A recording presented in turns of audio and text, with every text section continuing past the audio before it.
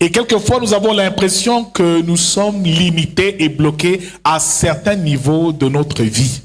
Limités sur le plan financier, limités sur le plan même de la santé, limités sur le plan même des relations, des rencontres, limités sur le plan des opportunités. Parfois, on veut faire des efforts avec Dieu, mais on se sent limité. Je prophétise ce soir que toute limite soit brisée et renversée au nom de Jésus-Christ.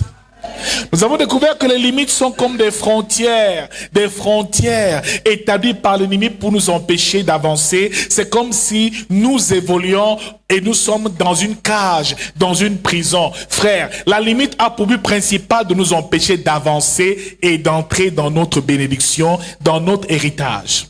Quand l'ennemi met dans des limites, cela veut dire qu'il crée ce qu'on appelle des prisons spirituelles et il nous met des chaînes pour nous empêcher d'avancer. Certains veulent évoluer, mais ils sont comme emprisonnés. Bien-aimé dans le Seigneur, si tu as l'impression que les choses n'avancent pas et que ta vie est un éternel recommencement, est un cycle perpétuel et permanent de recommencement, cela veut dire qu'il y a des esprits de limitation qui te lient. Et je déclare ce soir que tout esprit de limitation à présent soit renversé et chassé de nos vies au nom puissant de Jésus-Christ. Bien-aimés, nous avons découvert que Dieu est celui-là même qui n'a aucune limite et que c'est lui qui établit les limites des territoires, des limites du ciel, de la terre. Il a même limité le temps de l'homme et Genèse chapitre 6 nous fait comprendre que l'homme a pour vie 120 ans. Il a borné, il a mis des bornes à la vie de l'homme après la désobéissance. Mon frère, ma soeur, Dieu veut que nous puissions dépasser nos limites. Dis avec moi, dépasse tes limites. Toutes les limites naturelles doivent être dépassées et Dieu le permet. Frère, l'homme n'est pas appelé à courir comme un cheval, mais parce qu'il ne peut pas courir comme un cheval, il a créé la voiture. Frère, dépasse la limite. L'homme ne peut pas voler comme un oiseau, mais il a inventé l'avion. Frère, dépasse tes limites. Quelle que soit la limite par laquelle tu passes, tu dois la dépasser et entrer dans ton héritage. Frère, il y a des personnes qui n'ont jamais touché une certaine somme d'argent. Elles pensent que c'est parce qu'elles ne sont pas encore bénies. Elles sont bénies, mais elles sont dans une limite. Cela veut dire que l'ennemi, en mettant cette limite, par cette incantation, par une malédiction, il déclare que cette personne ne gagnera jamais plus d'1 million de francs dans sa vie, quel que soit ce que tu fais. Dès que 1 million de francs arrive et que 2 millions de francs arrivent, tout commence, les problèmes commencent. Le tout, c'est parce que tout cet argent doit partir, parce que tu es destiné à rester et demeurer pauvre. J'annule tout esprit de pauvreté dans nos vies au nom de Jésus. Bien-aimé, l'esprit de pauvreté est aussi un esprit de limitation. L'esprit de célibat est un esprit de limitation. La limitation est comme un vaste ensemble, c'est-à-dire qu'elle est une entité qui regroupe tellement d'esprits. L'esprit de pauvreté, l'esprit de rejet est un esprit de limitation. Parce que quand tu es rejeté, frère, tu ne peux plus évoluer. L'esprit de non-accomplissement est un esprit de limitation. Et l'esprit donc que nous allons voir ce soir est un esprit qui nous parle à tous. Amen. Peut-être même que tu es même très possédé par cet esprit sans même le savoir. C'est l'esprit de retard. Dis avec moi, esprit de retard. Bien aimé, l'esprit de retard est un esprit de limitation. Et nous allons lire une portion de l'écriture pour davantage appuyer nos propos. Jean chapitre 20, du verset 24 au verset 29. Bien-aimé, après la résurrection du Seigneur Jésus-Christ, la Bible nous fait comprendre qu'il est allé auprès des apôtres. Et la première personne qu'il a rencontrée, c'était Marie de Magdala, qui était elle aussi venue embaumer son corps et venue naturellement à sa rencontre au niveau de la tombe. C'est là où Jésus lui dit, va dire à mes frères, va annoncer cette bonne nouvelle, va leur dire que la prophétie et la parole s'est accomplie. Et c'est ce qu'elle a fait tout de suite. Jésus aussi est apparu à 2 disciples sur le chemin d'Emmaüs et à d'autres disciples, à tous les autres, il les a rencontrés. Mais la Bible nous fait comprendre dans ce texte ici qu'il y avait un retardataire. Amen. Il y avait parmi les 12 disciples que Jésus avait, une personne qui était habitée par un esprit de retard. Frère, quand Jésus est venu leur annoncer son retour, leur parler des mystères du royaume des cieux, un disciple parmi tous était absent. Frère, Il y a des personnes qui sont souvent absents au mauvais moment, au mauvais endroit. Ils ne se retrouvent jamais là où il faut lorsque la bénédiction doit se faire dans leur vie. Jésus rencontre ses disciples, mais ce jour Thomas n'était pas là. Et la Bible nous dit ici très clairement que Didier, appelé Thomas, était l'un des 12. Il n'était pas avec eux lorsque Jésus vint. Dis avec moi, mais où était-il? Dis avec moi, où était-il? Bien aimé, il y a des personnes qui sont même souvent en retard, qui seront en retard même au paradis, au ciel. Alléluia. Amen. Des personnes qui ont un tel esprit de retard au point où cela devient déconcertant. Mon frère, ma soeur, Thomas n'était pas là ce jour. Mais laissez-moi vous dire une chose, c'est qu'il y a un temps pour toutes choses. Et Dieu fait certes toutes choses bonnes en son temps. Thomas était absent. Parce qu'il était animé par un fort esprit de retard. Où était-il? Que faisait-il alors que Jésus était venu rencontrer tous les disciples? Il leur dit non, ce n'est pas possible, ce n'est pas Jésus que vous avez vu. Moi, je vais croire quand je vais voir. Et généralement, les personnes qui sont animées par un esprit de retard sont très incrédules. Ils voulaient toucher le côté de Jésus et ce jour, Jésus est donc apparu et il a touché son côté. Il a témoigné que Jésus était ressuscité. Mon frère, ma soeur, Jésus dit heureux soit celui qui croit sans avoir vu. Thomas n'était pas là. Thomas était animé par un esprit de retard. L'esprit de retard est un esprit de limitation. Dis avec moi, la limitation. En hébreu, terak veut dire retard. T-E-R-A-C-H. Retard. Terak veut dire retard. Terak, c'est le nom du père d'Abraham. Souvenez-vous dans l'histoire dans Genèse chapitre 12. Lorsque Abraham a quitté son pays en Charan, en pays d'Ut, en Chaldée, il a quitté la Mésopotamie pour aller à Canaan. Il est parti de la maison de son père. Sa maison s'appelait Terak. Son père s'appelait Terak. Amen. Terak veut dire retard. Donc même dans la famille d'Abraham, il y avait un esprit de retard qui agissait de génération en génération. Abraham a été en retardé dans sa vie parce qu'il a mis long à attendre un enfant. Quand Dieu l'appelle et lui dit, je ferai, ta postérité sera aussi nombreuse que les étoiles du ciel, que le sable de la mer, que la poussière de la terre, Abraham a attendu longtemps. Alléluia. Parce que sa femme, Sarah, était stérile. La stérilité aussi fait partie du grand ensemble qu'on appelle les esprits de limitation. C'est pour que Abraham n'évolue pas que cet esprit était. Bien-aimé, Isaac, Jacob, leur femme, elle aussi, était stérile. Mon frère, ma soeur, je déclare dans ta vie que tout esprit de limitation te quitte. Et que tout retard dans ta vie, à ce moment-là, soit neutralisé au nom de Jésus. Que le Seigneur active l'accélération dans tous les domaines de nos vies. Alléluia. Bien-aimé, être en retard. Le retard, c'est arriver après le temps fixé par Dieu. Un homme qui est en retard est un homme qui arrive toujours après le temps fixé par Dieu. Et laissez-moi vous dire qu'il y a un temps pour toutes choses. Le livre d'Ecclésiaste nous le dit en son chapitre 3. Il y a un temps pour toutes choses. Un temps pour travailler et un temps pour dormir. Un temps pour pleurer, un temps pour rire. Il y a un temps pour toutes choses. Mon frère, il y a des personnes qui ne réalisent pas que leur temps est déjà passé. Quand elles évoluent, elles ne savent pas que Dieu a établi une durée, un temps précis pour toutes choses. Bien-aimé, il y a un temps pour toutes choses sous le soleil. Dis-le à quelqu'un, il y a un temps pour toutes choses. Il y a un temps pour aller à l'école. Il y a un temps pour travailler. Alors si tu retrouves un moment de ta vie où tu te rends compte que le temps est déjà passé. Bien-aimé, quand tu as déjà 40 ans et tu es une femme et tu n'es pas mariée, tu n'es plus à l'heure, tu es en retard. Quand tu as déjà 70 ans et que tu n'as pas encore construit ta maison, la maison pour abriter ta famille, frère, tu es en retard. Il y a des hommes qui se battent toute une vie pour construire une seule petite maison. Mais il a construit dans la vieillesse, ils ne peuvent pas jouir de la maison. À peine il entre dans la maison, la même année, il meurt, frère. Il meurt de vieillesse. Mon frère, je veux que tu puisses bénéficier des grâces de Dieu quand tu es encore jeune.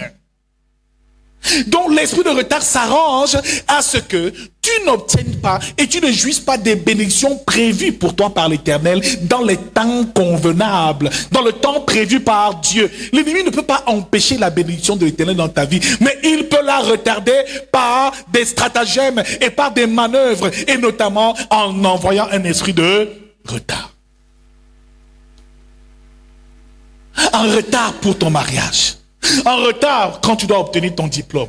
En retard pour travailler. Mon frère, ma soeur, l'esprit de retard est souvent omniprésent dans la vie de certaines personnes. Mais ma prière ce soir, c'est que nous ne soyons plus en retard au nom de Jésus. Alléluia. Bien aimé, c'est pas à 90 ans que tu vas acheter ta première voiture. Quand l'arthrose veut dire te finir. Quand les rhumatismes articulaires veulent ta mort, c'est là où toi tu conduis ta première voiture. Ce n'est plus possible parce que même ta vue n'est plus bonne. Alléluia.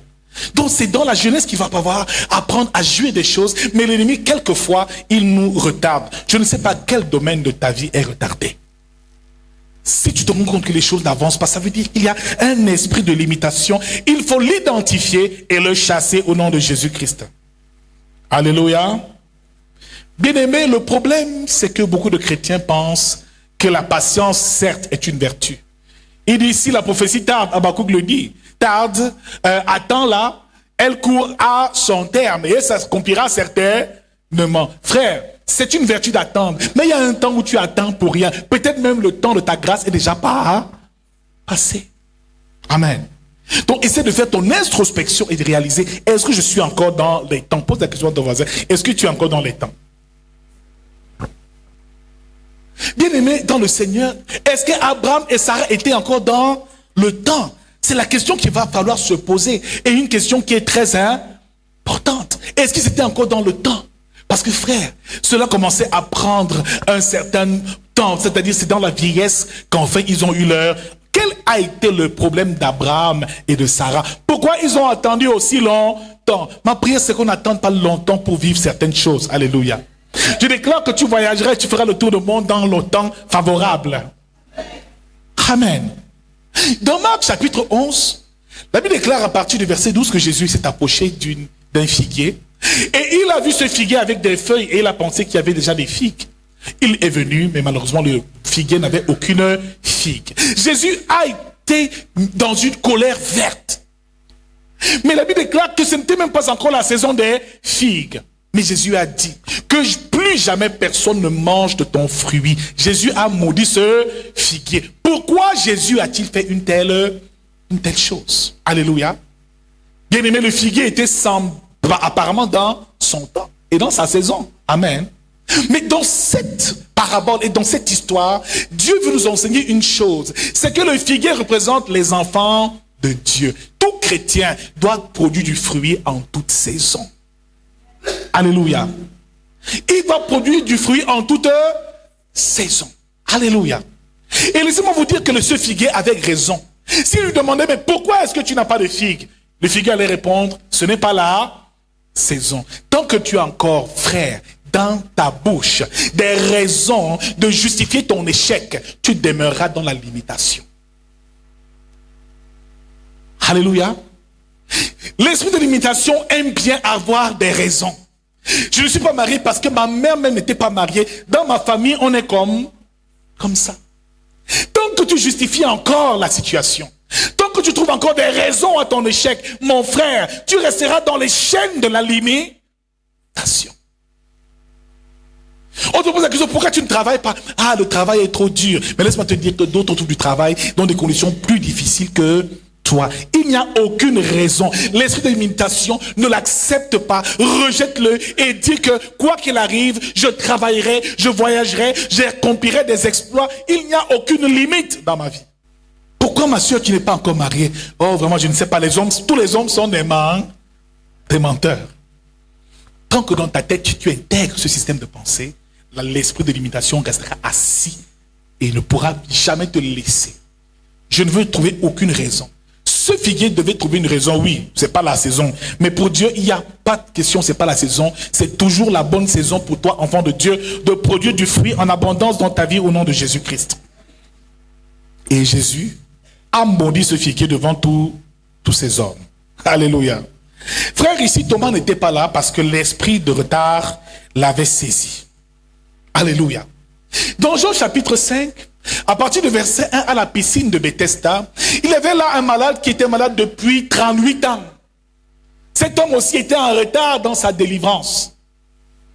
Il espérait seulement toucher l'eau. Et l'ange venait une fois agiter l'eau. Et lorsque tu entres dans l'eau, cette eau-là te guérit. L'ange de la guérison te guérit.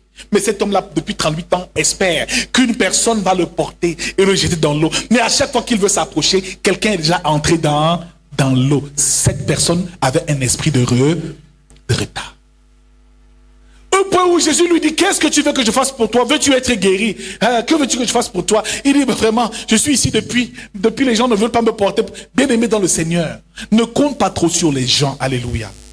Compte d'abord sur toi et compte sur le Seigneur. Parce que celui qui a l'esprit de retard aime bien mettre la faute sur les autres. Ce n'est jamais de sa faute.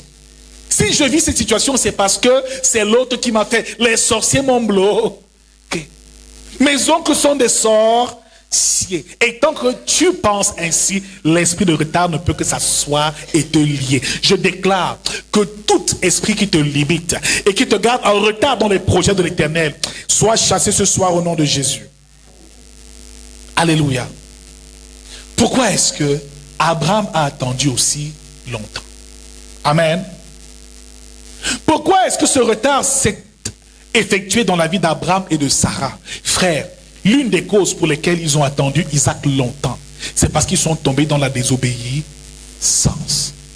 Ils ont fait entrer une autre personne dans leur vie, Agar. Et cette Agar a donné naissance à Ismaël, qui n'était pas l'enfant de la promesse. Frère, aussi longtemps que tu vis dans la désobéissance à la volonté de Dieu, tu resteras et tu demeureras toujours dans le retard.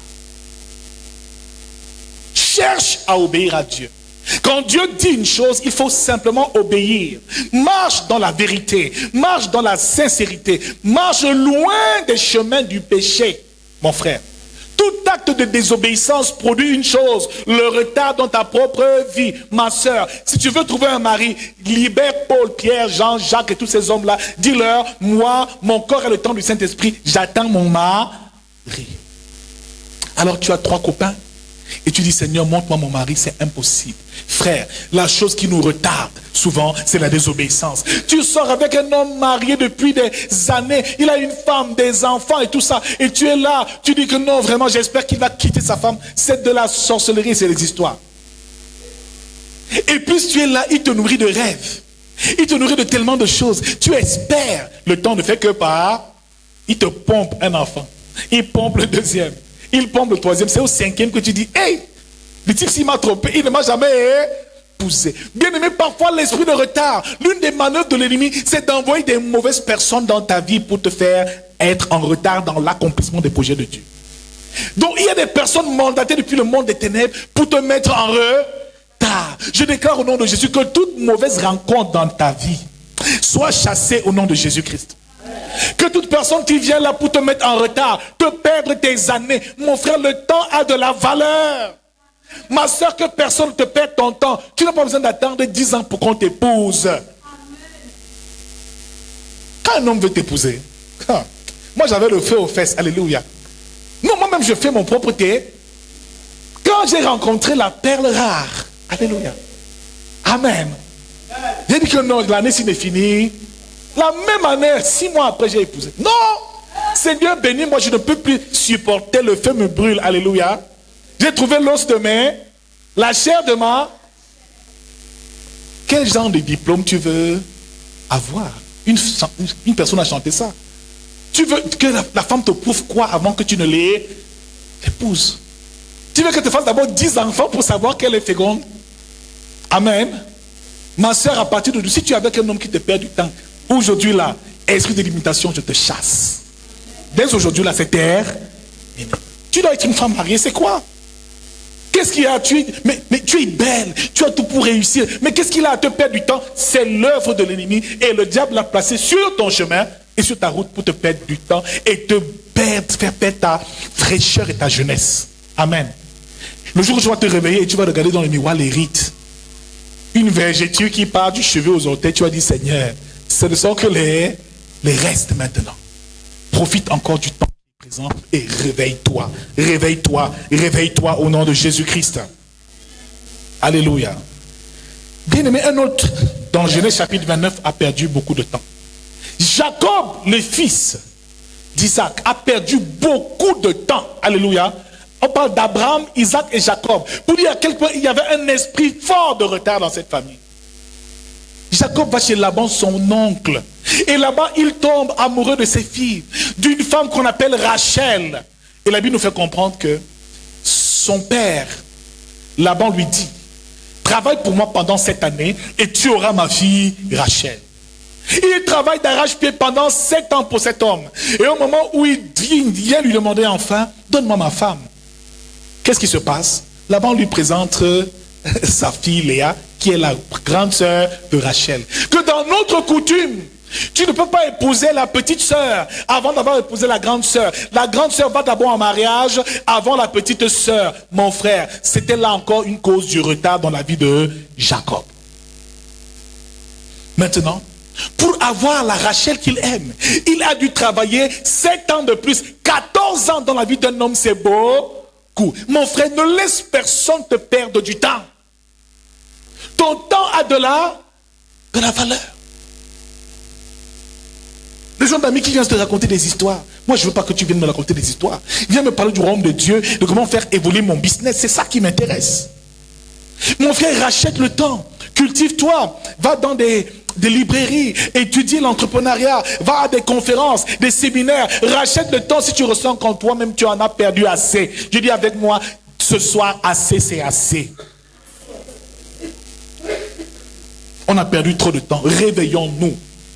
Réveille-toi, mon frère. Réveille-toi, ma soeur. Partout dans ce monde, les gens travaillent et réussissent, prospèrent au temps convenable. Mais pourquoi nous, enfants de Dieu, ça traîne? C'est parce qu'on ne comprend pas certains principes. Qui est donc à l'origine du retard? Il y a 3 personnes qui peuvent être à l'origine du retard. La première personne, c'est Dieu lui-même. Dieu peut retarder les choses. Ça arrive. Alléluia. Et quand il te met dans ce qu'on appelle un processus divin. Voyez-vous, lorsque Joseph a reçu la vision de Dieu, il n'était pas encore prêt à l'accomplir, à la réaliser. Il n'avait que 15 ans, ce n'était qu'un petit enfant. Lorsque Dieu lui dit que tu seras, tes frères et ta famille se procéderont devant toi, tu seras un grand gouverneur. Joseph n'était encore qu'un enfant. Il est donc, dès l'instant où il a reçu la prophétie, entré dans un processus où Dieu devait le tailler, le préparer afin qu'il reçoive, qu'il atteigne le temps de sa gloire et de son couronnement. Dieu a donc fait volontairement attendre Joseph. C'était la volonté de Dieu. Amen. Le roi David avait aussi 15 ans lorsque Dieu envoie Samuel le oindre au milieu de ses frères. Mais ce n'est pas à 15 ans que David est devenu roi en Israël. Pourtant, il avait déjà l'onction royale. Dieu a mis le roi David dans un processus. Peut-être certains sont dans un processus où le Seigneur te prépare à accomplir des grandes choses. Il a envoyé David étudier chez le roi Saül. David a été le serviteur de Saül parce qu'il devait d'abord apprendre comment un roi se comporte jusqu'au temps marqué par Dieu. Bien aimé, même Jésus, c'est à 30 ans qu'il a commencé son ministère. Il y a un temps d'attente que Dieu peut permettre. Mais quand c'est Dieu, tu attends avec un cœur rassuré. Alléluia. Mais quand c'est le diable qui te fait attendre, quand c'est le diable qui te limite, tu le ressens aussi et tu dois te révolter. Je déclare que ce que l'ennemi a fait dans ta vie et dans nos vies pour bloquer ton travail, pour bloquer ta santé, pour limiter tes mouvements, doit prendre fin et doit cesser aujourd'hui. Alléluia. Nous allons comprendre les manœuvres de l'ennemi. Parfois même c'est l'homme qui retarde un autre homme. Dans nos familles, les parents tissent des alliances. Le grand-père ou l'arrière-grand-père va faire des pratiques parce qu'il veut avoir le pouvoir, la protection de la famille. Il dit que j'offre aux démons, aux entités, le mariage de toutes les premières filles de la famille. Ou j'offre le ventre, elles seront toutes stériles à cause de l'alliance que j'ai faite. Quand il fait cette alliance-là, bien aimé, c'est un esprit de limitation qui vient à agir et qui se rassure qu'aucune de ses premières filles ne trouve de mari et qu'elle reste et demeure stérile. Mon frère, ce soir, et nous allons lutter contre cet esprit qui nous retarde. Alléluia. Adam et Ève ont été mis en retard dans le projet divin. Alléluia. Et nous déclarons, frères, que le retard n'est pas notre héritage. Comment discerner la présence de l'esprit de retard dans la vie d'un chrétien? Tu vas écrire, c'est un point essentiel. Comment discerner la présence d'un esprit de retard? Comment savoir qu'on a un esprit de retard qui nous suit partout et qui nous empêche d'avancer?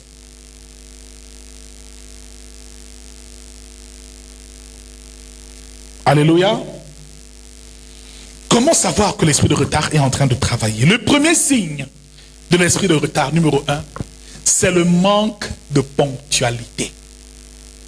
Cette personne-là, pour qu'elle aille à son rendez-vous à l'heure, c'est tout un problème. Même le jour de son mariage, en retard.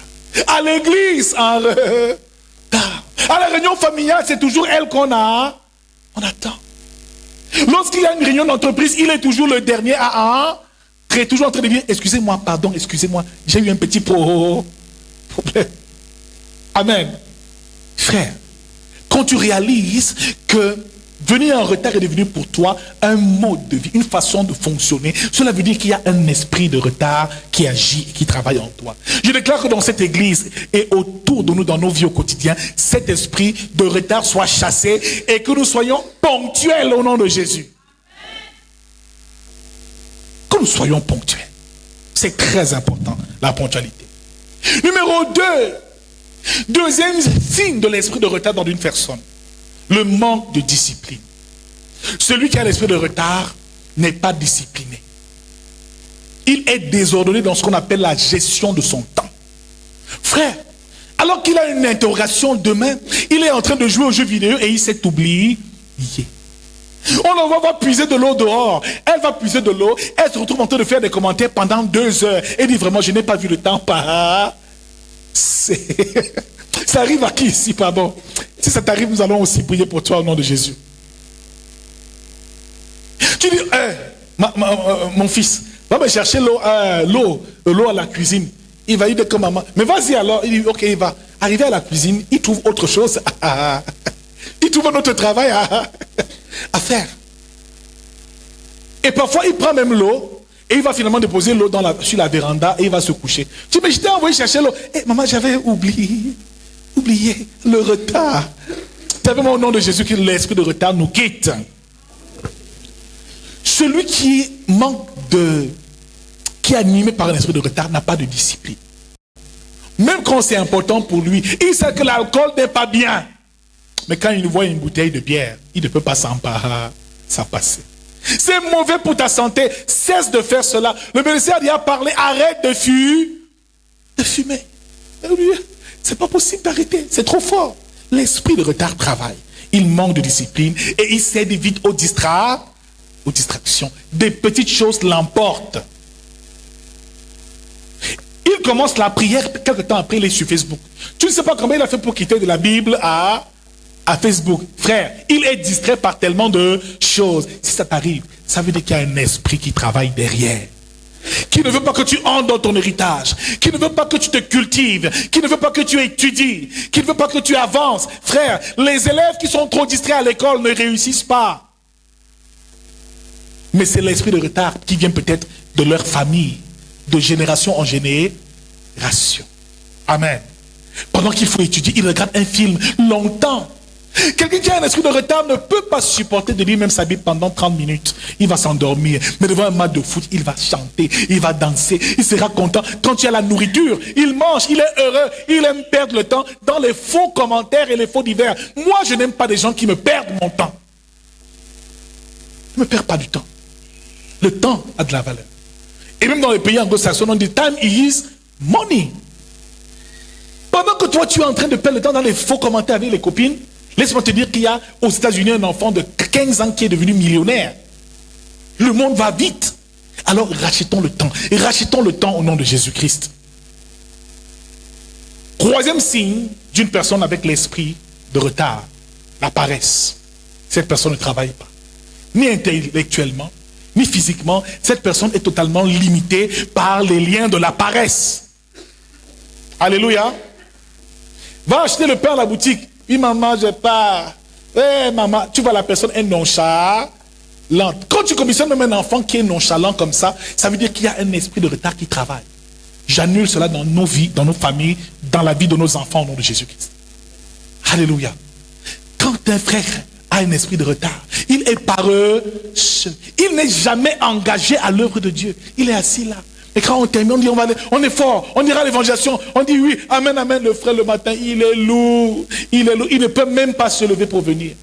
Parce que l'esprit s'arrange à le garder dans le sommeil. Quand quelqu'un est dans l'esprit de retard, la moindre pluie est une bénédiction. Est une occasion de ne pas sortir.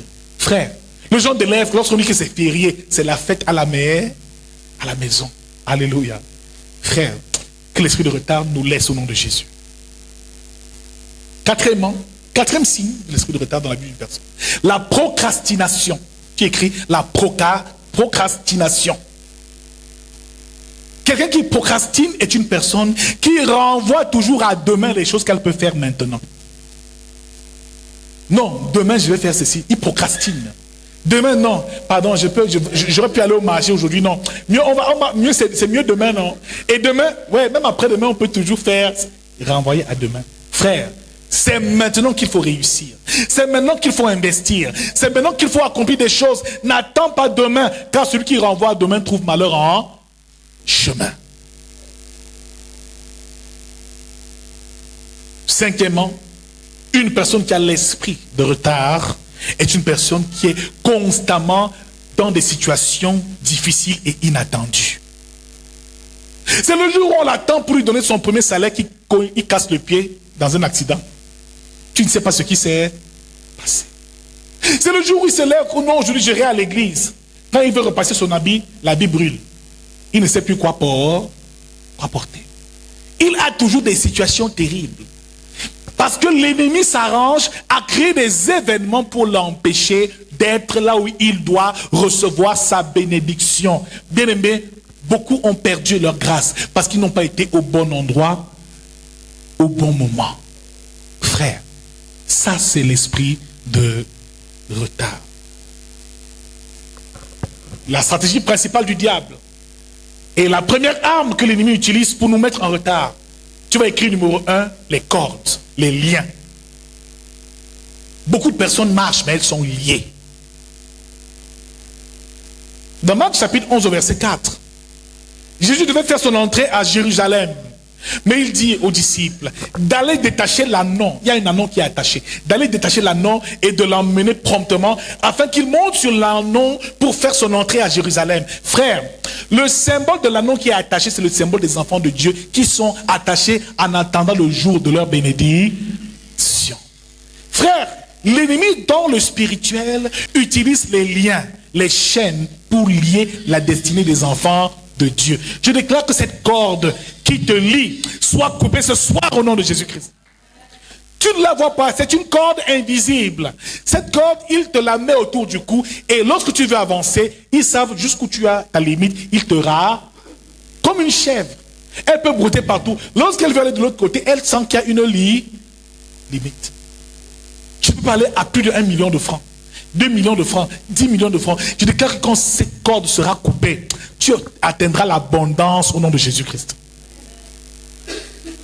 Donc ici, cet anneau était lié. Donc en réalité, Dieu attendait cet anneau auprès de Jésus.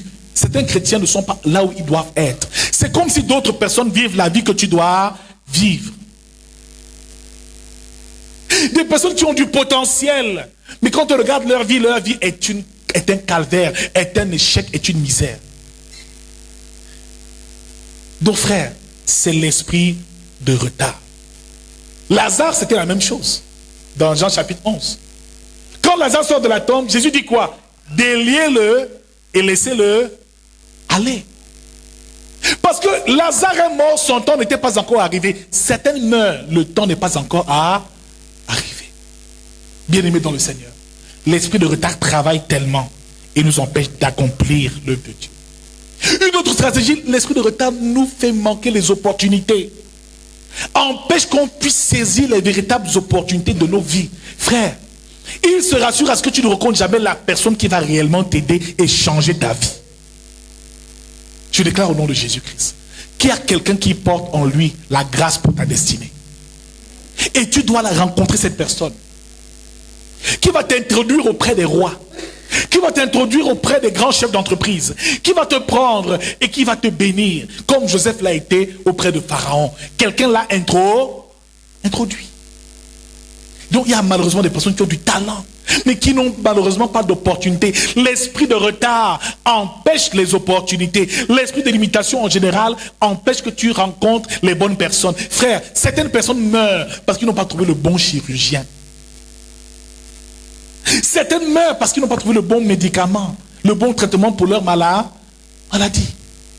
Mais d'autres survivent parce que non, il y a quelqu'un qui guérit ici. Viens prendre ce médicament, on te donne ça, tu es guéri, c'est terminé. C'est terminé. D'autres n'ont pas la chance de saisir les opportunités. Mais je déclare aujourd'hui que l'opportunité se fera voir cette année au nom de Jésus. Le malade de la piscine de Bethesda n'avait pas d'opportunité. Il espérait qu'on le porte. Toujours quand Jésus est venu, sa vie a été totalement transformée. Bien-aimé dans le Seigneur, quand tu sens que tu es limité, compte d'abord sur Jésus et sur Dieu. Ne compte pas sur un homme. Ne regarde pas un homme. Seigneur, sur ce domaine-ci, je sens qu'il y a une limite, un lien qui me lie. Seigneur, coupe ce lien et libère-moi. Cet anneau était lié. Mais l'une des clés qui a permis à ce que cet anneau soit délié, c'est que Jésus dit, dites au propriétaire que le Seigneur en a besoin. Cela veut dire qu'il devait être au service de Jésus-Christ. Pour que les liens du retard et de la limitation soient brisés, entre au service de Dieu. Commence à servir Dieu. Comme cet anneau a servi Jésus. C'est une première étape qui est très importante. Nous avons dit l'une des étapes, c'est d'abord l'obéissance. Nous avons dit, deuxièmement, sois aussi au service de Dieu et serve fidèlement ton Seigneur. Une autre stratégie, une dernière qu'on verra avant de nous séparer, c'est que l'ennemi se rassure véritablement que tu fasses des mauvaises rencontres. Il empêche des opportunités, mais maintenant il organise des mauvaises rencontres. Une succession de mauvaises rencontres. Tu épouses le mauvais mari, ça va te retarder au moins de 10 ans. Tu entres dans la mauvaise entreprise, ça va te retarder au moins de 5 ans. Tu entres dans une structure, à peine tu entres, tu as 1 mois de salaire, après le reste, c'est la galère. Tu as fait une mauvaise rencontre. Ça veut dire c'est un esprit de retard qui t'habite. Mon frère, ma soeur, certaines personnes sont encore à un âge où elles devaient déjà avoir un patrimoine, des maisons, des voitures, être une source de bénédiction pour les autres, mais elles sont encore au niveau où elles cherchent des choses qu'elles devaient chercher il y a 10 ans, il y a 20 ans. Mon frère, ma soeur, si aujourd'hui, en ce moment-ci, tu as un âge avancé et tu cherches encore des choses de quelqu'un de 20 ans ou de 30 ans, ça veut dire que tu es en retard. Alléluia. Tu es en retard. Je connais des pères qui sont terribles. C'est à 50 ans qu'il se réveille, il se découvre qu'il est même... Tu le vois avec les petites culottes, tu te demandes, mais celui-là, c'est quoi son problème? En petites culottes, dans les boîtes de nuit avec les petites filles, tu te demandes, mais celui-là, le père, tu fais quoi ici? La mère, tu fais quoi ici? Avec les cheveux teintés, en dansant comme une petite fille, en 60 ans dans une boîte de nuit. Maman, le temps là, ce n'est plus le temps. Fais les choses dans leur temps. Alléluia. Amen. Pourquoi ton amen la dérange un peu comme ça ce soir? Je ne suis pas en train de dire sur quelqu'un. Moi-même, je suis dans le même problème. Moi-même, je ne me bats aussi pour être libéré. Amen. Donc, c'est ça. Les mauvaises rencontres comme Abraham a rencontré et allé avec Lot. Lot a retardé la mission d'Abraham. Il a quitté son pays, mais avec son neveu Lot. Lot a retardé la mission d'Abraham. Aaron a retardé la mission de Moïse. Il y a des gens comme ça. Quand ils arrivent dans ta vie, c'est pour te mettre en retard. Donc de grâce, éloigne-les au nom de Jésus-Christ. Pour terminer, on va dire un seul point sur comment vaincre cet esprit de retard. La toute première chose qu'il faut écrire, c'est numéro 1. Numéro 1, marche d'abord dans l'obéissance. Commence à obéir à Dieu. Marche dans l'obéissance. Marche dans l'obéissance. Obéis à Dieu. Obéis à Dieu, au principe de Dieu. Mets de côté ce qui n'honore pas Dieu dans ta vie. Et tu verras que le retard va prendre fin naturellement. Alléluia. Amen. Cesse la vie de vagabondage sexuel, cesse la vie peut-être de mensonges, tout ce que tu fais de mal là. Commence à t'amuser, à mettre de côté jour après jour et demande l'aide du Saint-Esprit. Deuxièmement, cultive la ponctualité. Crucifie ta chair. Au lieu de venir en retard, fais tout pour venir même à l'avance à tous les rendez-vous que tu as. Commence à t'appliquer à cela. Tu verras que dès l'instant où tu viendras à l'heure à l'église, ou avant l'heure à l'église, il y a certaines choses qui sur le plan spirituel vont se mettre en ordre dans ta vie. Alléluia. Donc on est en retard à l'église, en retard dans nos lieux de service, mais on est aussi en retard dans nos bénédictions. Comme tu es en retard dans l'œuvre de Dieu, Dieu sera aussi en retard dans l'accomplissement de ses promesses pour toi. Donc ce retard affecte même le temps de tes promesses. Donc pour l'église, cours. C'est pas quand tout le monde est assis, tu atterris là comme ça. Non, non frère, c'est un esprit. C'est pas quelque chose d'ordinaire. Il faut combattre ça au nom de Jésus. Pourquoi l'Amen est timide ce matin? Moi-même je combats ça au nom de Jésus-Christ. Je suis aussi concerné mon frère. On doit être à l'heure en ce qui concerne la chose de Dieu. On doit être à l'heure en ce qui concerne la prière. On doit être à l'heure quand il s'agit de l'œuvre du Seigneur. Quel que soit l'œuvre qu'on accomplit pour aller évangéliser, on doit être à l'heure. Mais si tu viens en retard à ces choses, au rendez-vous avec ton Dieu, il sera aussi en retard au rendez-vous avec tes bénédictions. C'est du tic-o. La façon dont tu honores Dieu, c'est comme ça qu'il te le rend. Amen. Moi, je veux qu'on atteigne le niveau où ici, là, on dit le culte commence à 10h. À 8h30, l'église est déjà pleine. Que Dieu nous aide. Alléluia. À 9h, l'église est déjà prête à craquer. Le culte n'a pas commencé, mais les gens commencent à chanter. Ça veut dire, il y a la pression. Même si tu es pasteur, habité par un esprit de retard, tu seras là même à 7h, à 8h. Parce que le peuple va te mettre la prière. Amen. Donc tu te vois le dernier retardataire avec ton sac et ta Bible. Tout le monde est déjà assis, c'est grave. Les yeux sont sur toi, on te regarde. Amen. Et ça arrive souvent à qui d'être en retard dans les fêtes, dans les cérémonies, la famille. Tout le monde est assis. On a même déjà mangé, mais toi voici qui arrive. Ah, en fait, tu es là. Ah, tu es là. Oui, mais j'ai eu les embouteillages. Oh non, on sait. Ah, c'est toi, on sait. Qui a eu les embouteillages, on sait. Alléluia. Amen. On sait, papa, mange. On a déjà mangé, mais tu peux aller te serrer. Donc tu seras même le jour de ton mariage en retard. Le monsieur le maire t'attend. On dit le mari n'est pas encore là. Tu dis pardon, j'ai eu un problème au salon de coiffure. On dit on sait, on te connaît. On est obligé de motiver le maire que monsieur le maire attendait. On connaît le type là, son problème est compliqué. Ne le laissez pas prier pour lui, il a un problème sérieux. L'esprit de retard veut sa mort. Je déclare que tout esprit de retard te quitte et nous quitte tous au nom de Jésus. Une femme qui est en retard n'arrive pas à discerner. Hein. L'esprit de retard t'empêche même de voir la bénédiction de Dieu.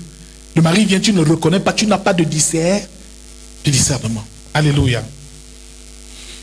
Deuxième point, cultive la ponctualité. Deuxième point, cultive la ponctualité. Troisième point, impose-toi une discipline pour travailler la ponctualité. Tous les jours, à 8h, à 6h, je me réveille. À 6h, 1 minute, je commence la prière. Commence tous les jours à respecter la même heure. Ça travaille ta ponctualité. Et plus tu vas le faire, plus l'esprit de retard va s'éloigner. À 19h, je vais faire mon sport. Même si tu es où tu cours, je respecte le rendez-vous et les règles que je me suis fixées moi-même.